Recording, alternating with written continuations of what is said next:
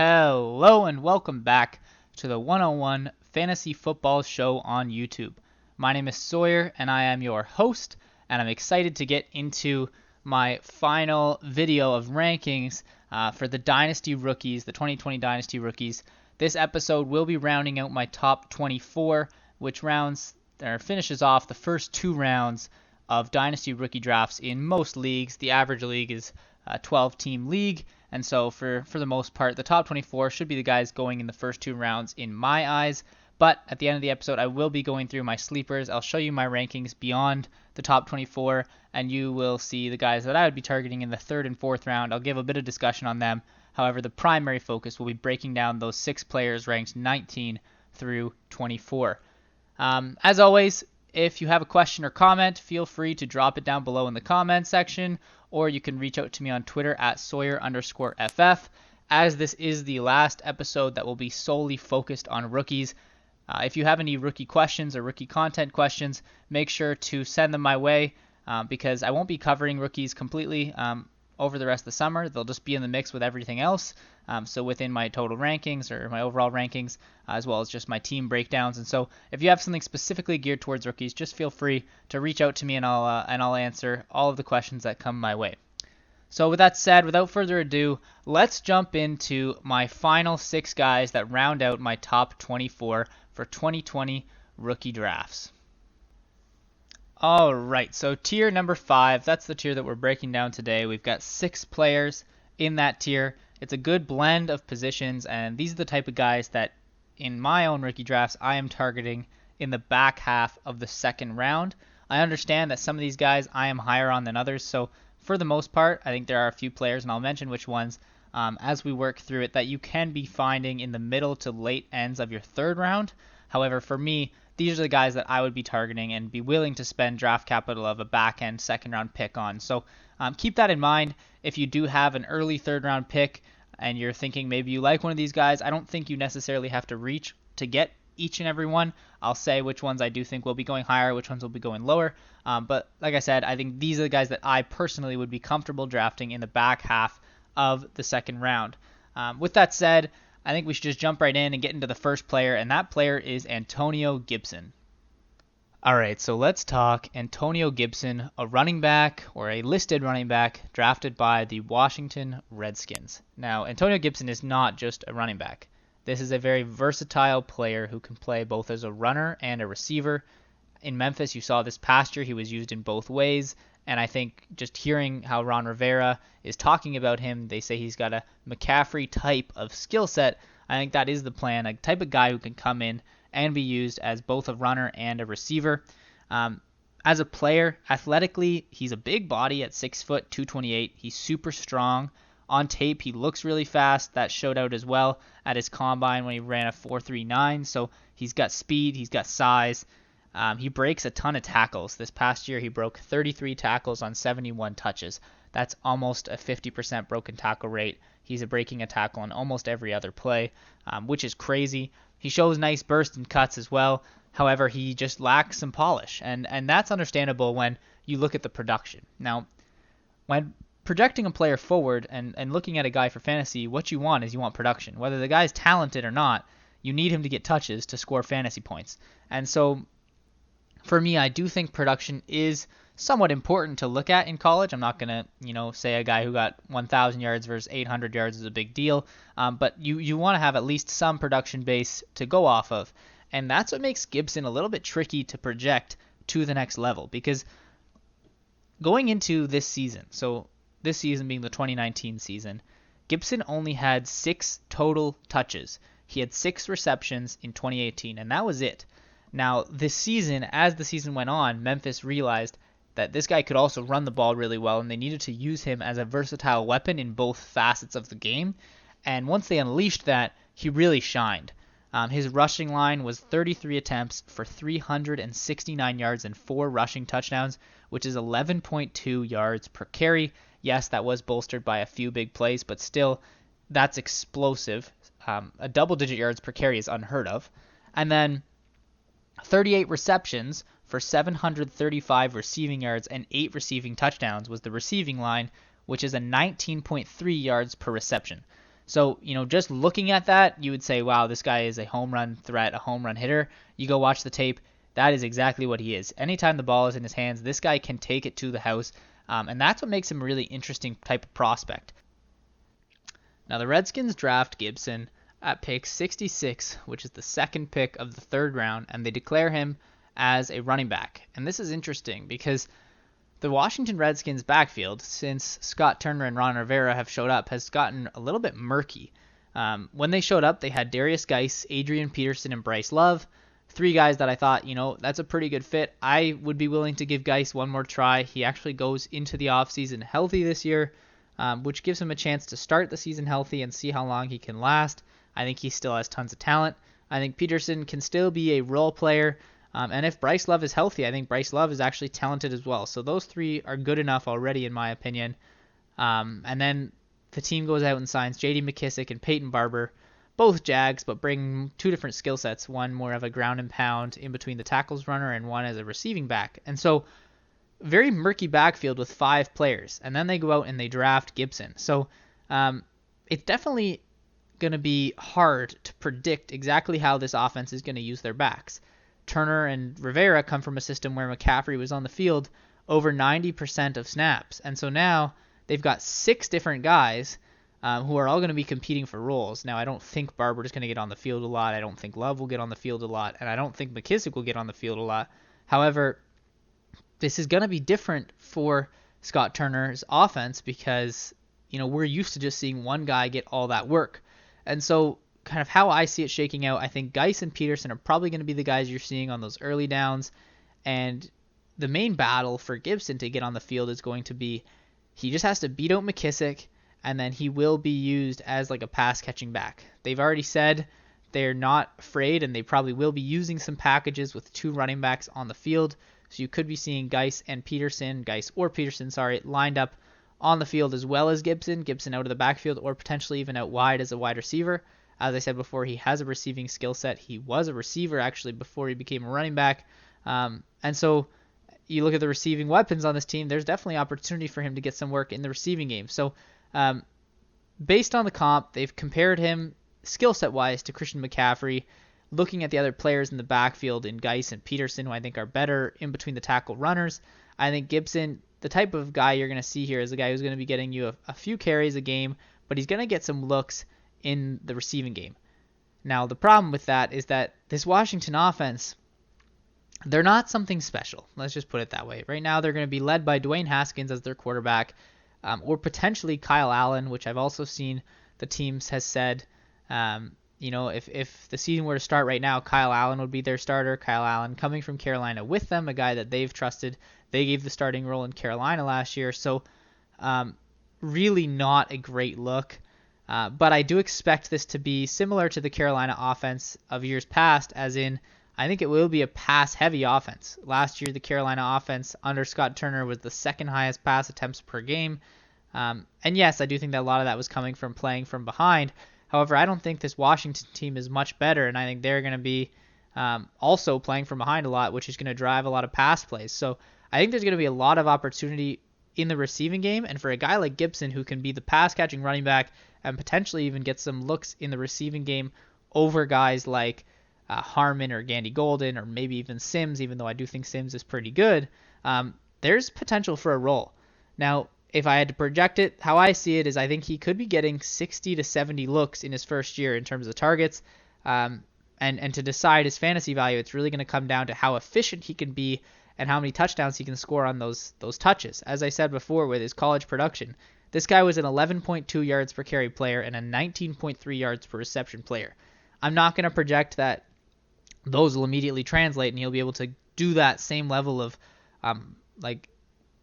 efficiency at the next level, but I do think he'll have a chance to break a lot of big plays, and if he can score touchdowns and be efficient with his touches, this is the type of guy that, he could be giving you RB3, fringe RB4 numbers in his first year. Now, I wouldn't be banking on it. I think if I had to guess, I'd probably say it would be RB4, but the upside's there for him to get some more touches, and if Geis or Peterson go down, there's a chance for even more work, and he could even sneak into an RB2 role if he's getting a lot more carries and receiving game work. In the long term, I think if he's used right, he could become a great part of a committee be like a 2 to someone else's 1. I could definitely see this being Darius Geis as the lead dog and Gibson being the other guy who gets like 7 or 8 carries, but also a bunch of receiving work, and the type of guy who could get you like 100 to 150 carries in a season with maybe 100 targets a year as well, with his upside being like an Eckler type of season, which I know that's crazy. It's a lot of fantasy points, but I do think this guy has the potential to do so, and that's what puts him at this spot in the rankings for me. The reason that I'm willing to take him at pick 19. I think the guys in the top 18, those are the more surefire guys, but when you get to this area of your rookie drafts, you want to be shooting for upside, and I think this guy is the type of guy who could become a player giving you RB2 fantasy production with an ability in a very efficient season to give you an RB1 season here or there. So, yeah, I love Antonio Gibson. The floor is very low. He doesn't have a lot of production coming out of college, but at this point in drafts, I would be willing to take the risk on a guy who I think has tons and tons of upside. Now, moving from Gibson, we're going to move to somewhat of a similar type of player, however, a player who is listed as a wide receiver, and that is Laviska Shenault. In the ways that he's similar, he is also a big, strong, athletic playmaker who got use as a wide receiver and a running back in college. That sounds a lot like Antonio Gibson, except the difference is that Laviska has a much higher production profile. This guy was used a lot more. He was really the whole offense in Colorado for multiple seasons, and coming into the draft process, he was actually rated a lot higher. He's a guy who's been tumbling for a while now. There were a time early in the offseason where he was being looked at as like the wide receiver 4 in this class. I think even times seen him as the wide receiver 3. This was before Henry Ruggs really jumped into that group with Judy and CeeDee. It was some people had Laviska as the third guy. So, yeah, he's the type of guy who I find him fit. Obviously, I have him ranked 20th.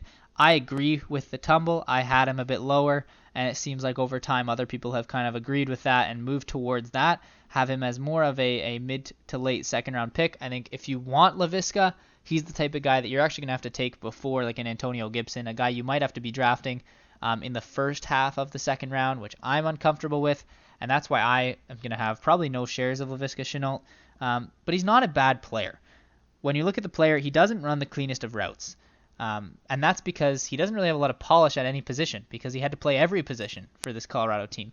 However, when he does get the ball, he turns into a running back and he gets you tons of rack ability. With the ball in his hands, he's going to be able to create big plays. And on top of that, as a receiver, he can go deep. He's got the athleticism to go deep, and he has very good ball tracking and ball skills. So, he's not going to be a polished receiver. As I've mentioned before on the show, I like the guys who are going to be able to run good routes, create separation, but he can track the ball well. He can be used on deep routes. He can be used kind of in slants. Just try to get the ball to him, and once he has the ball, he's going to be able to create like a Deebo Samuel can kind of create. And so in a creative offense, this guy could be fairly productive. Now, the other big problem that comes with Laviska Shenault is he's got a lot of injuries. He had a torn labrum in his left shoulder in 2018, which, for comparison, like Anthony Miller had that in 2018, and it cost him a good time. And this can be a very recurring injury, especially for a receiver. Your shoulders are important. You need to be able to get your ball or your hands up to catch the ball over your head. You're going to have to be able to, use your shoulder, especially for a guy like this who's trying to create rack ability. You're going to be dropping your shoulder in a lot of situations when you're hitting a defender. And so he did receive surgery to fix it. That should be able to fix it. However, it does cause some concern. On top of that, then he got turf toe. For receivers, we've seen this plenty of times where turf toe just is a nagging thing that just doesn't go away and can be a recurring injury as well. And then on top of that, recently he had a lot of groin pain this past season. It came out as osteitis pubis, and the overuse of that, or basically I did some research on this. Basically it means overuse of, I guess, your groin muscles causes inflammation and pain that can make it hard to play. And so, look, I'm not a medical expert or anything, but looking at those things, I'm just saying that does turn me off of a player a little bit when, for a guy to produce for your fantasy team, they have to be on the field. You look at Will Fuller. Will Fuller is a great player when he's on the field. However, his fantasy value is always lower because you're never going to get a full season from him, or we haven't seen that yet. I mean, it would be great if we could, but that's kind of what I see in Laviska, a guy who, yeah, he might be able to be productive when he's on the field. However, you're not always going to have Laviska able to be on the field. So a little bit of injury risk there. And so because of that, there were questions about where he would land. Jacksonville ends up drafting him. They take him at pick 42 in the second round, so like a mid to high second round pick. Obviously, that's good draft capital. And the fit in Jacksonville is actually not too bad. They're looking for another offensive weapon besides Chark to help out Gardner Minshew. Dede Westbrook, Chris Conley, Keelan Cole, they're type of role players, but I think after last season there was some potential in Westbrook, but I think he's shown now he's just more of a slot guy, and they need another dynamic playmaker to help out Minshew. And so I do think there's going to be a rotation to begin with Laviska. He's going to be rotated in with the other type of role players. Westbrook might play more of the slot, which means Conley, Cole, and Laviska will all be fighting for a chance to get on the field. And he's going to have to earn his spot if he wants to become the number 2 pass capturing option. And I think, Jacksonville has a track record of doing that. You look at DJ Chark. They drafted him in the second round, and in his first year, he really didn't see the field at all. He didn't really earn a lot out of camp. And a lot of people were off of him last offseason saying, yeah, okay, he's a bust. People were calling him a bust way too soon. And obviously he proved everyone wrong last year being able to break out. So Laviska may be a guy who doesn't get a ton of opportunity in his first year. There are other guys there who are role players. However, in the long term, none of those guys are the answer, and Laviska can be dynamic, and I do think can be better than all of those players who are after Chark on that depth chart. And, when you look at the Jaguars' offense, Minshew is the leader of this offense for now. However, I don't know if that's going to be the long-term answer. I don't think Jacksonville's going to be that good this year. If you asked me who I think is the team if I had to choose a team that would be getting Trevor Lawrence next year, I would be picking Jacksonville. And so, yes, Laviska's first year, you want to see production from a rookie in the year one, just to kind of provide comfort in holding that player over time in Dynasty. But even if he doesn't produce in year one, this team could go down the drain and they get Trevor Lawrence in year 2, and that would be a really interesting pairing. You get to have a great quarterback prospect who could become one of the top 10 fantasy quarterbacks very, very quickly, who could be leading this offense. And I think, the only way they don't have that happen is if Gardner Minshew ends up playing very well. And if he pans out, I think, Minshew does have upside. If he pans out, that's still fine. I think, this team's only going to be going with either a good Gardner Minshew or they're going to draft a guy. And so I wouldn't be too scared of the quarterback situation there. And they tend to be a pretty balanced offense under Doug Marrone. Yes, when he first came in, they really wanted to run the ball. I wasn't sure if it might have been them or Tennessee who said they wanted an exotic smash mouth, but they've kind of changed that up in Jacksonville. They're able to, pass and run, especially if they're going to be behind in games. They're going to need to be passing the ball. And so I do think there's going to be opportunity in this offense for Viska. If I had to guess his first year, as I've said, I think there will be minimal production. But if he can take over the role as the number 2 wide receiver in this offense by the end of the year, I think he could be finishing with 50-ish targets on the season. And I think his long-term upside is to become like a Deebo Samuel type of player in an offense who can be like your fantasy wide receiver 2, who will get some schemed touches, will get some targets from their quarterback. However, I do think Chark is going to be your number 1 receiving weapon in this offense, the number 1 receiving option in this offense, the number 1 look. But yeah, I do think Laviska has the upside to become kind of a Deebo. And so that's why I feel comfortable taking the risk on the injuries here, because at this point you're looking for guys with upside, and I think Laviska has tons of it if he can stay on the field. All right, let's talk running back Anthony McFarland, drafted by the Pittsburgh Steelers. This guy reminds me a lot of Darrell Henderson from a year ago. He's an explosive playmaker out of the backfield. He's got tons of speed. He's got home run ability on almost any play. However, he is a smaller back, and on tape, I didn't really love his game. When things are blocked well, he can make huge plays. He has good one-cut ability, and he has good vision. So if there's a hole, this guy's going to be able to find that hole, explode through it, and he, like I said, he's got that home run ability to take things the whole stretch, like the whole way down the field, and score big touchdowns. But I don't think this guy's got a lot of tackle breaking ability. He seems to be able to be brought down with like single arm tackles. He doesn't really be able to break through a whole lot, which is something I look to see from my running backs. He doesn't seem to be able to create something out of nothing. When there's not a lot blocked, there are running backs who can still make things happen. McFarland isn't one of those guys. Like, I feel like if things aren't blocked well, he's just gonna kind of not be able to figure something out. He might try to bounce it outside and just get taken down. He's gonna give you a lot of those 2 to 3 yard plays mixed in with those big explosive plays. And I don't think he's a very good interior runner. I don't think he's a smaller frame, and some of those guys can still be stout enough to be strong interior runners, and I just don't think McFarland has that in his game. And so as a result, he's kind of a hard player to rank for me because I see a change of pace type of a back as I saw Henderson a year ago, who can come in, they can make big plays, but I don't think they're ever going to shoulder a heavy workload or be a guy getting you a lot of goal line touches.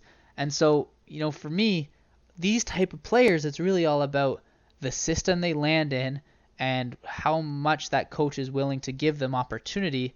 And that's what makes McFarland intriguing to me here. He was drafted in the 4th round by the Pittsburgh Steelers. And this offense has been very similar for a long time now under Mike Tomlin. Mike Tomlin has been the head coach since 2007. Until I see major changes in the way Tomlin deploys his running backs, I don't know if it's a good bet to predict against it. And so the way you look at how he uses his running backs, Tomlin uses a workhorse back. It was James Conner. When James Conner's been healthy, he's been the workhorse back. Before that, it was Le'Veon Bell. When Bell would get hurt, D'Angelo Williams was able to do that. And before that, it was Rashard Mendenhall. And, these workhorse backs get tons of run on the ground, but they also catch passes. Since 2015, there's been over 100 targets to the running back in this offense.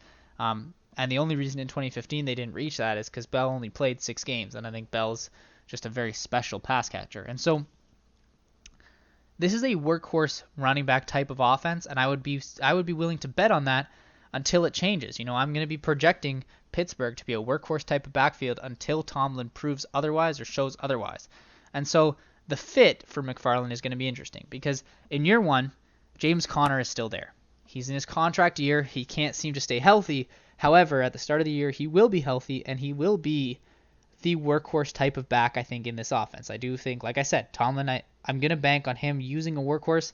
It's going to be Conner. But Conner's in his contract year, and so after the season, there's no guarantee he comes back. Say if he gets hurt again, if he's not able to be healthy, I don't know if he comes back. If he has an amazing year and then demands some money, Pittsburgh's going to let him walk. Pittsburgh's the type of team that's shown in the past they're willing to let the big stars walk and replace them with a rookie contract or a young guy who's on a cheaper contract. And so, the chance here, I don't love McFarland's talent, and as I said before, I don't see him being a type of guy who's going to shoulder a heavy workload.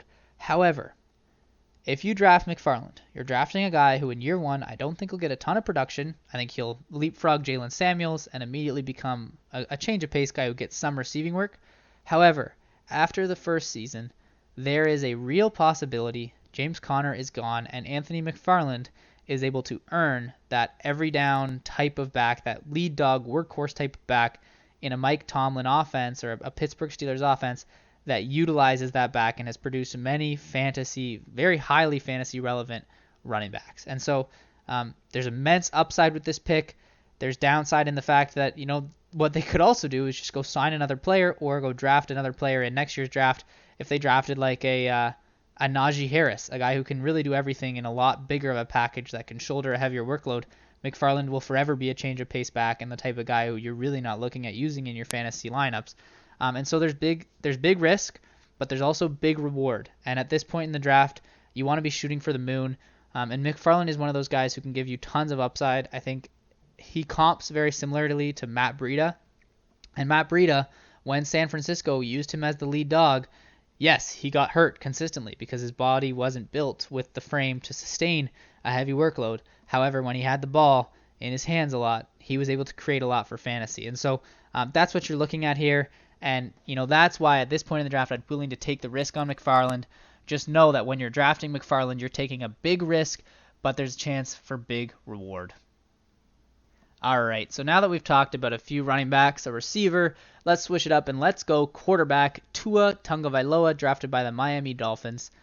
Tua was widely regarded as the best quarterback prospect coming into the year. let's not forget, coming into the season and when he first even went to Alabama, he was one of the best quarterbacks or quarterback prospects that we've had in a while. And Trent Dilfer, who's one of the best when it comes to scouting and developing quarterback prospects, he's a big part of Elite 11. He said that Tua is one of the best prospects he has ever been around.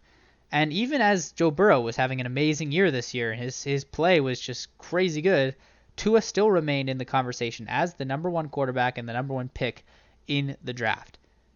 Then the injury hits. He gets the degenerative hip injury, and everyone gets spooked. I'm not gonna lie again. I'm not a medical expert. I'm not gonna say that I am. This degenerative hip injury is definitely something that scares me. Hip injuries are something that I don't think they heal very well. As far as I know, people are saying nowadays, like the ACLs and the MCLs, guys can really heal from that and they can become fine and they're not long-term issues. However, the hip injuries, they are a long-term, especially a degenerative hip injury, something that you're going to be worried about in the long term. And so with the injury, people were unsure where he lands.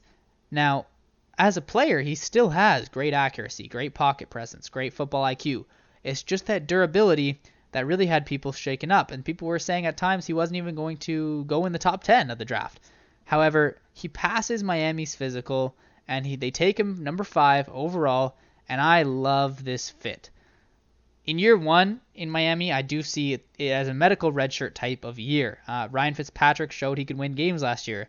I think the team was probably upset that he was winning games last year because the organization, I know the players and coach, they want to win, but the organization as a whole, up top, they want to get a good draft pick. They want to get the number 1 player. And so, Fitzpatrick winning games wasn't great for them. However, they still land Tua. Now they've got Fitzmagic, who can create some magic on the field.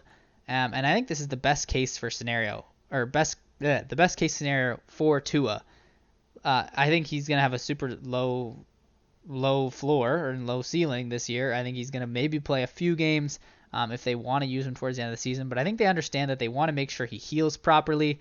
And as long as Ryan Fitzpatrick is okay, he can go out and play the game for them, get some wins on the board.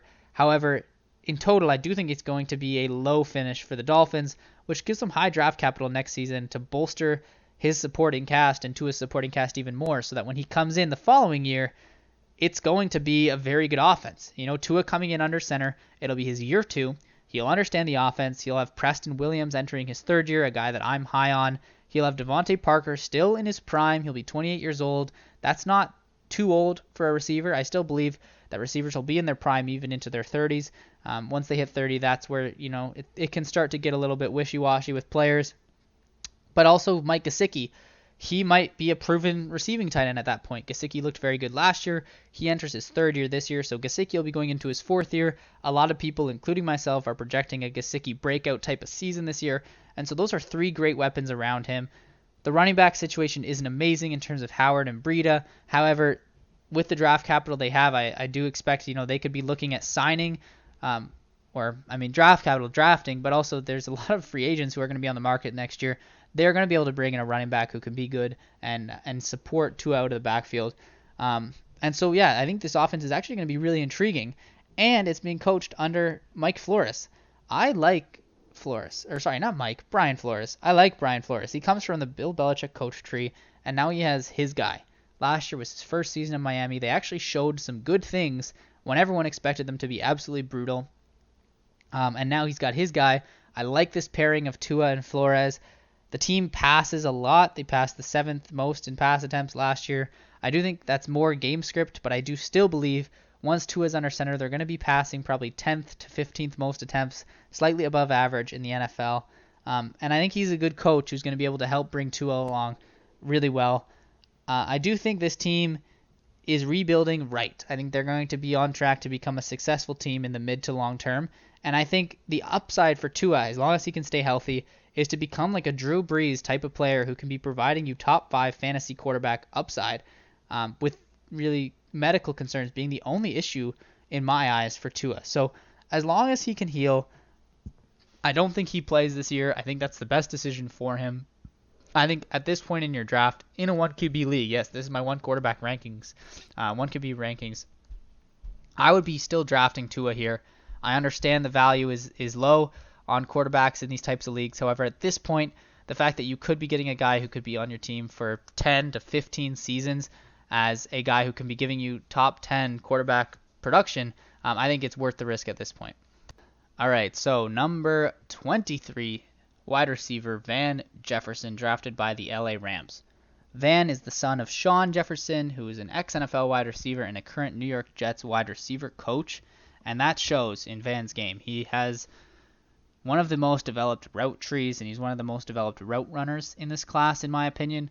He shows a ton of separation on tape, and he comes out really as a very polished wide receiver who, going into the draft process, I thought, he could earn a role very early on because of his ability, and his skill set definitely translates well to the NFL.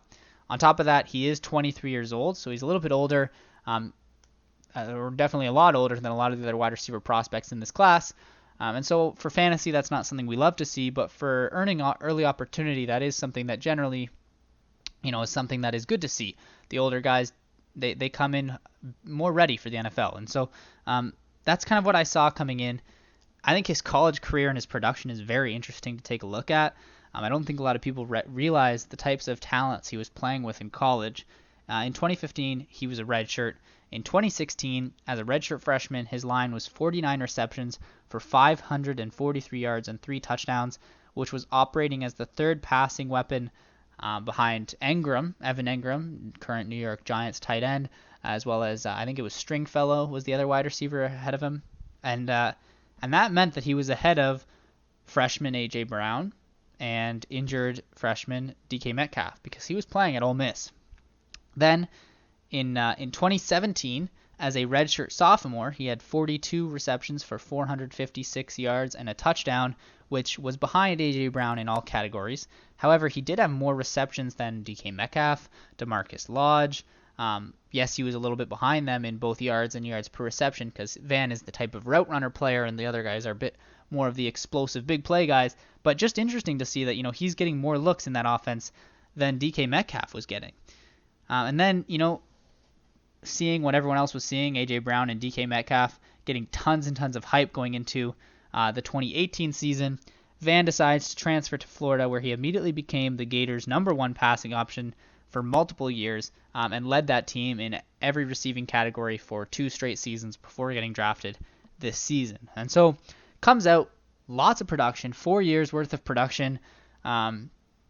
A guy who I think actually his production profile shows out well. His route running and polish and separation make him a good prospect, and he gets drafted in the second round by the LA Rams, which is a very good draft position in my opinion. So the fit, yes, this team says goodbye to Brandon Cooks, and now Josh Reynolds is expected to be the wide receiver 3, an offense that traditionally has been able to support plenty of wide receiver options.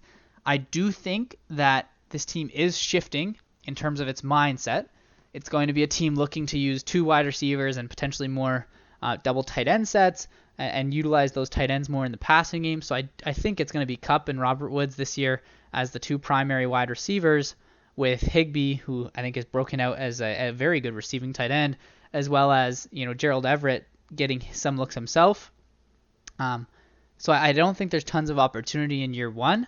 I think the immediate role for Van Jefferson is going to be the bench, and he's going to have to learn Sean McVay's system, and his first year is going to be spent learning a lot, and more or less he's the type of guy who's going to be a dynasty stash in year 1. However, in the long term, I think that Cooper Kupp may not return. Cooper Kupp's in the last year of his deal. Cooper Kupp's going to be demanding a lot of money, and this team is cap strapped. And so when you look at that, I could see a situation where Kupp looks for a major payday. The Rams can't pay it. They let him walk. Robert Woods will still be there. Robert Woods will be older at that point. He'll be 29 years old. And so it could be the situation where, and also Josh Reynolds, his contract's up after this year. I just don't think Josh Reynolds is very talented. Van Jefferson could be walking into the number 2 role in an offense that, threw the ball third most in the NFL last season, 39.5 attempts per game. They're a pass-happy offense. They've proven they can support multiple fantasy receiving weapons. Goff at the helm for a long time. I think, Goff isn't special, but he can get the job done, and he can do what Sean McVay wants in this offense.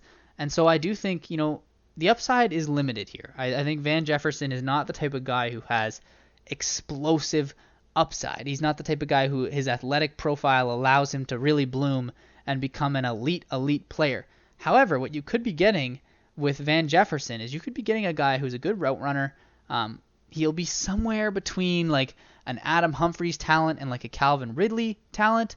Calvin Ridley's more athletic than Van Jefferson in my opinion, but I think Van Jefferson can create more than Adam Humphries can, and so somewhere in between in an offense where he can be used as the number 2 receiving weapon. I think the upside, he's never going to be a wide receiver 1, but there's a very realistic chance that, year 1, you stash him. Year 2, he could become a wide receiver 2 or 3 for your fantasy team, probably even a wide receiver 2. I do think he can step into a wide receiver 2 type of role with the volume that would be going his way in this offense. And so, again, it's all about the point in the draft, right? Like, this is the type of guy you can probably get in the early to mid third round of your draft, but I'm willing to take him here because I think the upside is there, and I'm banking on the situation falling where he ends up getting a role sooner than people think because, Cooper Kupp after one season, I don't know if he's going to return to the Capstrap team when he deserves a big payday. So that's where I see Van. That's kind of what you're banking on. Again, some risk involved, as there is with a lot of these guys here, but I think, they drafted him in the second round. Obviously, this team likes him. They have big plans for him. You wouldn't draft a player in the second round and not at least give them an opportunity. And I think once he has the opportunity, he has the polish and skill set to make sure that he stays on the field for the LA Rams. So number 23 in my draft rankings, Van Jefferson. All right, so Antonio Gandy-Golden is number 24. Let's finish this off strong. AGG, the big boy. I'm a big fan of Antonio Gandy-Golden. I picked up a share of Antonio Gandy-Golden recently in the draft. I was able to steal him in the mid to late third round, so just keep that in mind. This is the type of guy that you probably will be able to draft in your third rounds. However, I'm much higher on him than most. He is exclusively an outside wide receiver. He's not the type of guy you're going to be able to get a ton of volume on, who's able to grab these slants, be able to, run over the middle, catch passes like Michael Thomas, where he's able to get the slant and just get huge volume. But he projects as a very good deep threat, a good red zone weapon, and this guy dominates in the contested catch scenario. He's got good ball skills. He's obviously got the size. He can go up and get the ball over these corners. And so, yes, he's never going to be an amazing route runner. He's a bit of a clunky route runner. When you look at the body size, it is hard for these bigger guys to be elite route runners. And he does have minimal change of direction skills, which does limit his run after catch. However, what I see when I look at Antonio Gandy-Golden is a guy like Mike Williams. When you look at Mike Williams never sees over 100 targets in a season. However, when he gets the ball, this guy has a high yards per reception, and he scores touchdowns. This past season, Mike Williams only scored 2. I get that. I think that was a fluke. I think, Mike Williams the year before had double-digit touchdowns. He's definitely a red zone type, a touchdown type of guy. I think that's what you're getting when you get Gandy-Golden. A guy who's not going to have a ton of volume, but when he gets the ball, they're going to be big plays, and he's going to be scoring you touchdowns, which is something at this point in the draft that I think is very intriguing. So he ends up getting drafted by the Skins in the 4th round. As I mentioned before, Washington is in need of plenty of receiving weapons. They currently only have Terry McLaurin, Steven Sims, and Kelvin Harmon. Kelvin Harmon last year was the number 2 guy. He was a 6th rounder, and he ended up, by the end of the season, earning 80% of snaps from the bye week on. However, Kelvin Harmon really didn't do much with those snaps, and I've heard rumors out of their Washington's camp and beat writers saying Kelvin Harmon potentially could be moving to tight end this season. He's a great blocker. He's a big body. He can catch the ball. I think he'd actually be a very good tight end. So sleeper out there. If you're in a dynasty league and you can go get Kelvin Harmon on the cheap, you might want to pick him up because there's a chance he might become a tight end. And I'm sure he doesn't cost you very much at all. But what I see in this offense is it's a pass first offense. I've already talked about that. Yes, the QBs are bad. However, like with Laviska and Jacksonville, either Dwayne Haskins is good or this team finishes in the bottom and they're going to draft another quarterback. So I think the QB play will improve in a pass first type of offense. And I think there's a chance that Gandy-Golden could become the Mike Williams to Terry McLaurin's Keenan Allen. And they could become that type of duo where, yes, it's hard to predict sometimes which week Gandy-Golden is going to be able to produce wide receiver 2 numbers. However, he will be able to be used within your fantasy lineups with the upside to be a guy who can be a weekly play because he's going to get 4 or 5 targets, and they're going to be deep targets or potentially touchdowns. And when you're getting that type of upside at this point in the draft, I'm willing to take that shot on a player. So for me, that's why Gandy-Golden is where he is.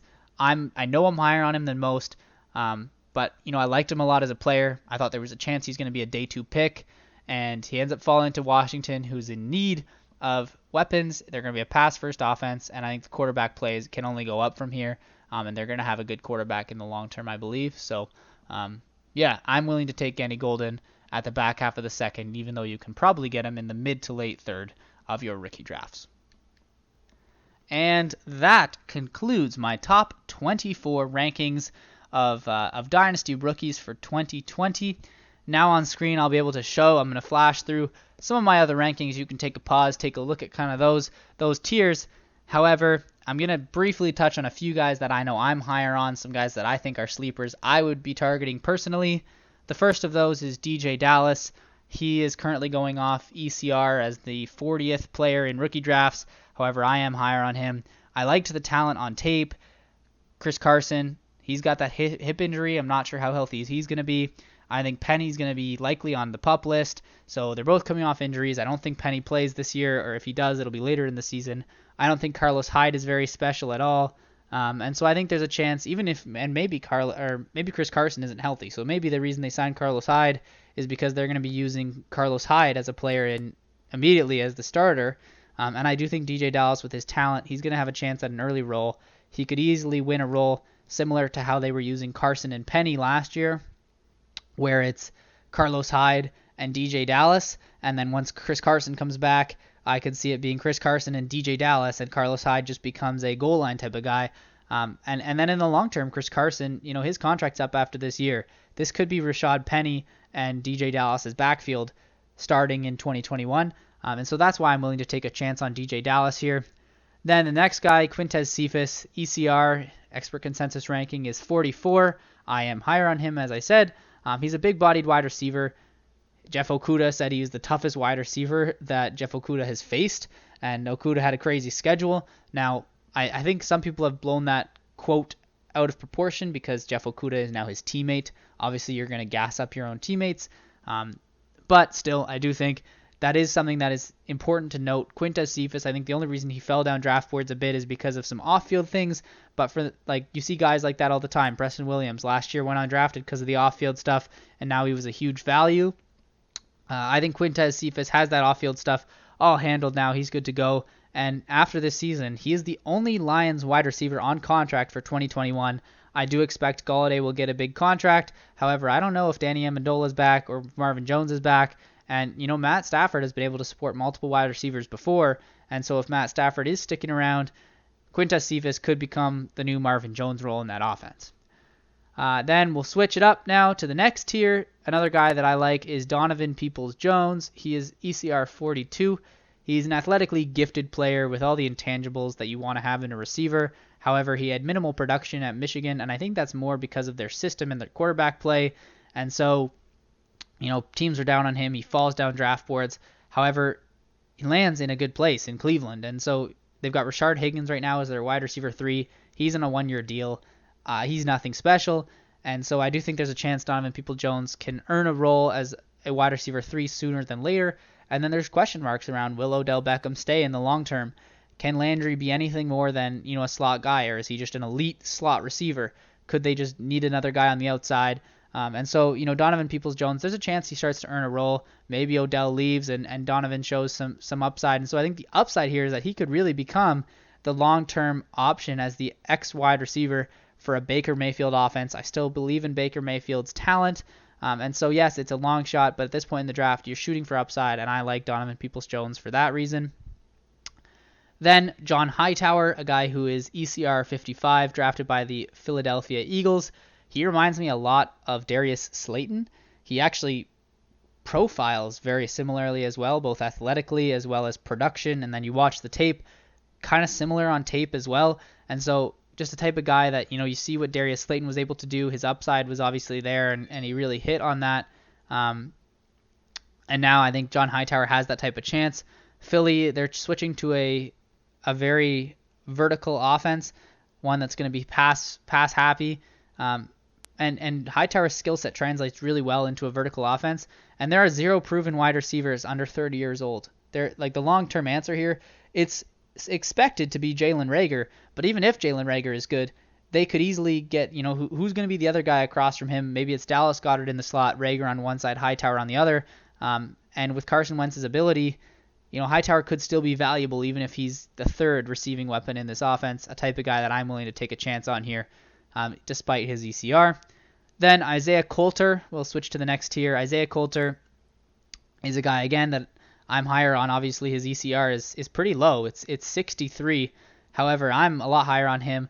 He was the only wide receiver that Houston drafted this year. Obviously, DeAndre Hopkins is gone, and they bring in all these guys. They've got Randall Cobb in now. They brought in Kenny Stills towards the back end of last year. They bring in Brandon Cooks.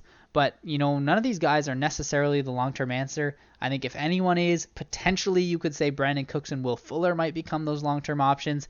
But can Will Fuller stay healthy? Can Brandon Cooks stay healthy? That's a fair question, too, with his concussion history.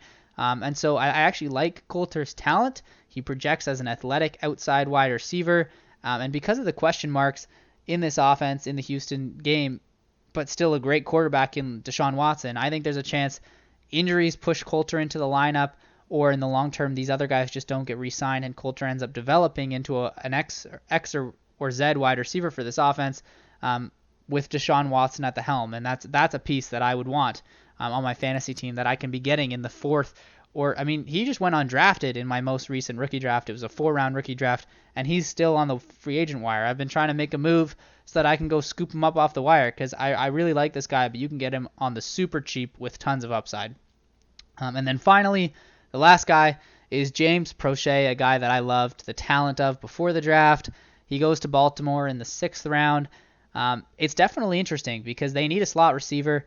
Willie Snead he's going to be gone after this year. He's nothing special at all. And they do bring in Devin Duvernay, who ran a lot of the slot, and I do like Duvernay's talent. And so since then, I've lowered on Prochet a little bit, but I'm still higher than consensus. Consensus has him at 58 because I just think as a talent, he's very, very good. Duvernay is a better athletic player, but Prochet has better ball skills, and he has better hands. This guy catches everything, and although he's smaller, he has a very good catch radius. It feels like, go put on the tape. You watch him play any ball that's anywhere near him, somehow this guy is coming down with it. And so I just believe in the talent, the work ethic. He had great production across all 4 years in college. And so if you're looking for a guy you want to take a chance on, again, in like the 4th and 5th rounds, this is the type of guy I'd be looking at who can be exploding for you, maybe winning out in a slot role, and being in the offense where I don't think Marquise Brown is ever going to be a volume type of player. Mark Andrews is his tight end. Tight ends can get the ball a lot, but he's not Kittle level. He's not Kelsey level. He's not going to be sucking up a ton of volume either. And so there's a chance for another guy to be successful, and that could be Duvernay, but it also could be James Prochet. And so, those are some of my sleepers, guys that I would be targeting late in drafts, guys that I have a decent amount of shares of in my own leagues, and guys I think you guys should be taking the upside on late in your fantasy rookie drafts. And we have done it. We have made it through my Dynasty rookie rankings. If you've made it this far, I just want to say very sincerely thank you so much for listening. It was really fun putting out this first major project of this show. The first big project of the 101 Fantasy Football Show was getting through my Dynasty rookie rankings, and we've made it. I'm hoping that for the rest of the summer, I've got a lot of exciting things planned that I'm excited about working on, and I'm hoping as time goes on, I can get a bit better at this, maybe get some improved audio, maybe get some improved visuals and video. But for now, I appreciate all the support that you guys are giving me. And if you have any questions on this episode, have anything to say or discussion, feel free to tweet me at Sawyer_FF. You can comment in the comment section below. And for now, just take care. And I'm excited to bring another episode soon where we'll be talking about divisional breakdowns and my full Dynasty rankings, including